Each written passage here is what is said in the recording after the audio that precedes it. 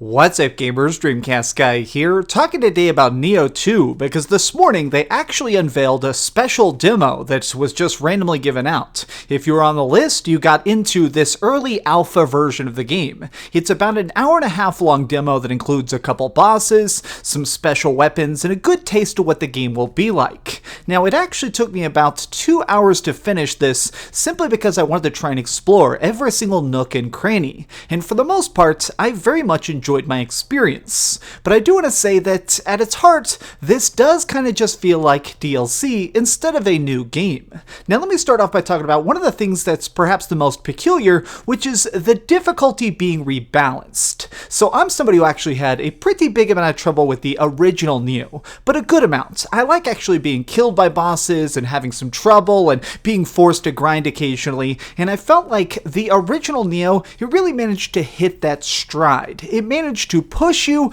without ever feeling like it was just being pointlessly difficult. Well, in Nioh 2, it seems like in a weird move, everything's damage has been decreased, both yours and the enemies. Now that sounds like a very, well, there's little tiny change, when in actuality, it has some pretty big repercussions. It makes it where, whenever you're fighting stuff, you have much more chances to make mistakes and think about your choices, because you have more opportunities to strike and dodge, and even if you do make a mistake, getting hit isn't super detrimental. There are of course a couple enemies that are wandering around the map that can literally one-shot you, like these bigger samurai guys, but for the most part, even bosses actually hit much weaker than they originally did. Now, something you've probably noticed if you played the original Nioh is this time around, we don't have a main character. You see, in the first game, there was somebody who we were actually playing as, a real historical figure going on this, well, mythological journey through Japan, fighting demons, leveling up. Well, this time around,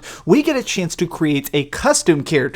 You can be a dude or a chick, and I actually wanted to play as the female just to see how the armor looked on her, and honestly, I gotta say that the new armor sets are great. There just seems to be so much extra, like, gritty detail on every freaking scrap that I strapped to my body. There was just tons of loot pouring out of enemies during this demo. I'm not sure if they just increased the drop rate to make it more interesting and, well, honestly, a little bit easier, but it seemed like almost every single enemy dropped a health potion, some sort of useful energy, or straight up a full suit of armor. Now, I'm not complaining, I thought it was cool, and it definitely made it where I was constantly opening up my menus to compare different stuff. Are these boots tougher, or is this sword going to do more damage? Now let's talk about weapons. The original Nioh had quite a wide range of different stuff, from tonfas to swords to bows, but this time around there are a couple new things, including these axes, but there doesn't seem to be a lot. Almost every single combo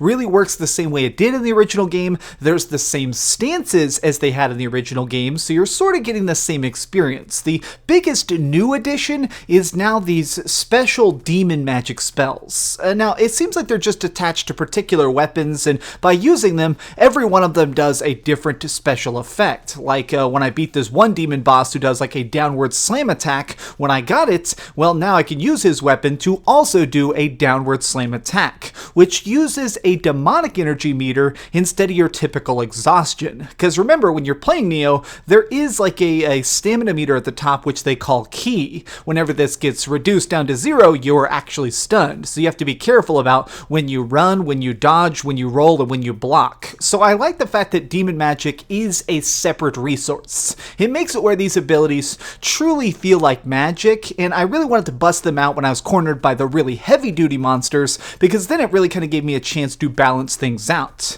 Now, you may notice that a lot of enemies in this do seem to be dying relatively quick when I use any of my bigger attacks. I don't know if this is because they're trying to make things quicker to kill, or they realized that some of the Oni were really arduous to take down, but it definitely seems like they tried to rebalance this, so all of the action is much faster. Now, personally, I have no issues with this. In general, I think that it's an interesting style because basically the way it ends up working is, as you enter a new area, you're probably going to die. There's new enemies there and they behave in a way that you're not yet attuned to. But as you learn that style, you get a chance to try and dodge it. And essentially it makes it where once you have enough knowledge to get past an area, you can actually clear it relatively quick. Something else in here that is very strange, but I think is, well, perhaps a very smart choice is some enemies do not respawn, which what I mean by that is, say that you kill like 85 enemies and then you're killed, well, when you come back to life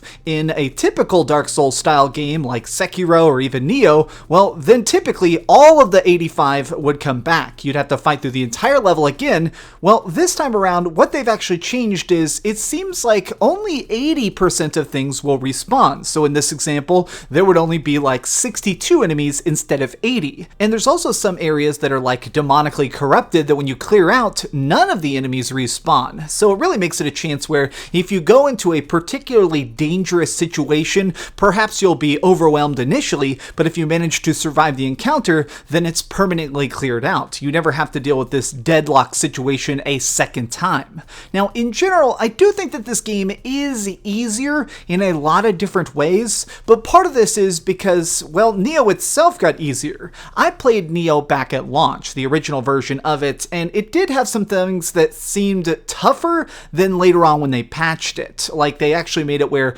co-op was a lot easier. You could summon friends very, very streamlined, whereas at launch, you sort of had to like beat a level first and pull people into your world. It was much more convoluted, and they've actually brought over the simplified system to Nioh 2. So I was actually able to pull just random strangers on the internet into my match, or even get like NPCs. I could actually get a special person who's just like a random ghost to assist me in battle. These are small things, but I think it's that they're trying to make the game super, super accessible. Something that's going to be tough, something that's going to make you want to try the different stances and different weapons, but also not be impossible. There's also just one last thing I really want to talk about, which is that the map itself is very, very intricate. It's got lots of little hidden crannies, little items all over the place, and lots of different extra paths that, if you want, can make it even easier than that. Like, at one point, when I was trying to walk through the main part of the city, there were just a couple samurai in there that were just ripping me up. I mean, for some reason, I just could not parry all their blows at once, so what I decided to do was check out a side path, which ended up leading up on top of this ridge, where I got a bow and I got a bunch of arrows. So I started shooting it, get a couple headshots, blowing people's freaking brains out, and it gave me a chance to actually reduce their numbers significantly. So by the time I actually went down there and started fighting people, it was super, super easy by comparison. It basically makes it where if you're having trouble with this, it's typically that you're just not playing it right. It's not that the game is overly difficult, it's not that the game is unfair, it's that the game itself wants you to constantly sit back and look at the entire scenario and go, what am I doing wrong? What can I do to improve? What can I do that's different? It's not just about levels, it's not just about parries, it's about playstyle. So for the most part, as I'm sure you can tell, I had a very enjoyable time with this demo, but there is one aspect of this alpha version of the game that is a little bit troubling, which is that a huge chunk of this content here does feel very, very recycled. These enemies are just basically the exact freaking character models that existed back in the original game. They fight the same, they behave the same, they just look a little bit shinier, and I'm not sure if this is just placeholder. I'm not sure if they're trying to recycle this content to save time and have a playable version of the game, but I hope that there's something different. I like the extra weapons, I like the different magics, but I want the game to also feel like a sequel. I want this to actually expand on the lore and the Oni of the original game and sort of just make it bigger and better. Perhaps the thing I loved the very, very most about the original Nioh was that it was different. It was trying to basically blaze its own path, and it did so in such a successful fashion. Being able to go through it again is interesting, but I want this to be, well, a sequel. I want this to be Nioh 2, not Nioh 1.5. With that being said, I definitely had a pleasurable experience with this, and I'm probably going to go back online at some point just to try more of the co-op with random people. It is interesting to kind of just get thrown into a random situation and try and hack up some Oni before you die. But what did you think? Have you gotten a chance to try the Nioh 2 demo? Did you get into it? Were you lucky enough? Let me know in the comments down below. I do need to end this video with a special thank you though, because I was unfortunately not lucky enough to get into the alpha demo. They gave out the codes completely randomly and I did not win the lottery, but thankfully there was a gentleman on Twitter who was super nice named Deathstroke5700, and he gave me his code, that way I can make this video. So Deathstroke, you are a saint, man. Seriously, thank you. The game was so fun, and this video completely exists because of you. Thank you, thank you, thank you. Thanks so much for watching this video. If you enjoyed this, well, give it a thumbs up, share with your friends, and subscribe if you haven't already. But do me the biggest favor of all and keep dreaming. Oh man, I died a lot. Every time I play these games I have fun, but it always takes like 30 minutes of me just getting freaking kicked to pieces to really figure out the controls. You know, it's great though, I like that. Thanks so much for watching that video. If you want to see something else, you can always click this link to see what I put up last, or, you know, subscribe and see what's coming up next. Also, I promise that whatever I do, it'll try not to suck.